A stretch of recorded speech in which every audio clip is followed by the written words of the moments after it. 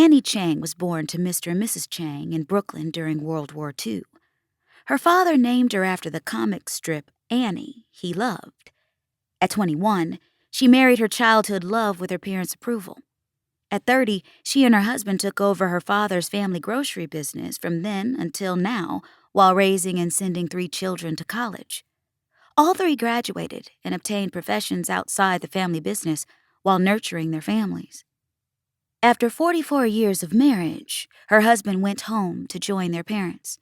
Despite her children's behest, she continued to run her father's store, waiting for her time to go home and join her husband and family. "I know you understand English, bitch!"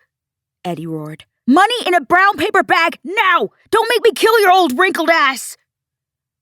A now desperate Eddie cocked the hammer to the Beretta to show he was serious.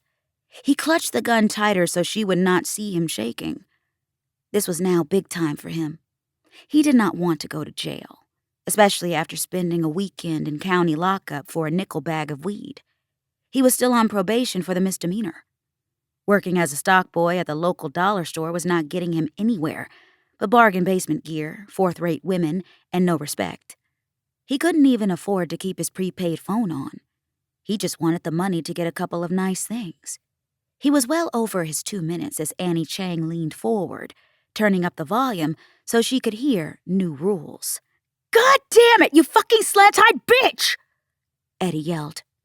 Finally, losing his patience, he went to pistol whip Annie into taking him seriously, when his heart stopped to see her turn to him with eyes ablaze. She lowered her glasses, firing 2 intense beams of light from her eyes, first burning a hole through his wrist, severing all his ligaments. Eddie's useless hand dropped his gun as he emitted a blood-curdling scream. Annie followed up, using her eye beams to blow a hole through his left kneecap. Smoke spewed from both Eddie's wounds as he fell forward with a sickening thud on the tile floor. Little blood spilled from the cauterized wound as he bawled and screamed on the floor. As a stench of charred flesh filled the air, Annie sighed, picked up her iPhone, and dialed 911. "Hello? This Chang's Grocery and Liquor Store at 875 East Flatbush. You better get down here. One of these little bitches tried to roll up on me, and I had to smoke that ass again. Come get this piece of shit off my floor." Annie hung up her phone, placing it back down on the counter. She turned the volume up higher on her television. "Punk Beach made me miss new rules," Annie muttered. Fox 5 Saturday Evening News. Rounding up our number 5 spot, began news anchor Christina Park.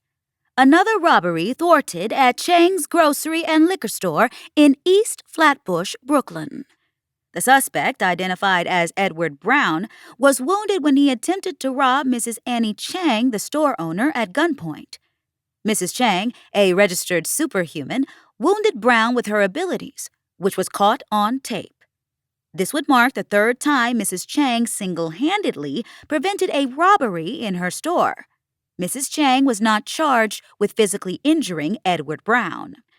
In related news, an intense downtown battle erupted between known New York superhero Captain Omega and the superpowered Brooklyn gang, the Notorious Bastards. Captain Omega reportedly stormed one of their drug facilities, causing an all-out battle that raged from Bedford-Stuyvesant down to Central Park. Several people were injured in the incident, 6 killed, including one of the Notorious Bastards, at the hands of Captain Omega. The remaining members are on the run, while property damage is estimated at $100,000. Captain Omega was not charged with the murder of the gang member and has issued a statement vowing to bring the remaining members to justice and continue his true war on drugs. Now, Audrey Puente for the weather. 2014, 12:45 a.m., United States Pentagon, Washington, D.C. United States Secretary of Defense Robert Graves walked the halls heading to his meeting, followed closely by his executive assistant Michael Mendez. He adjusted his silver-rimmed glasses, amplifying his hazel eyes as he walked purposefully.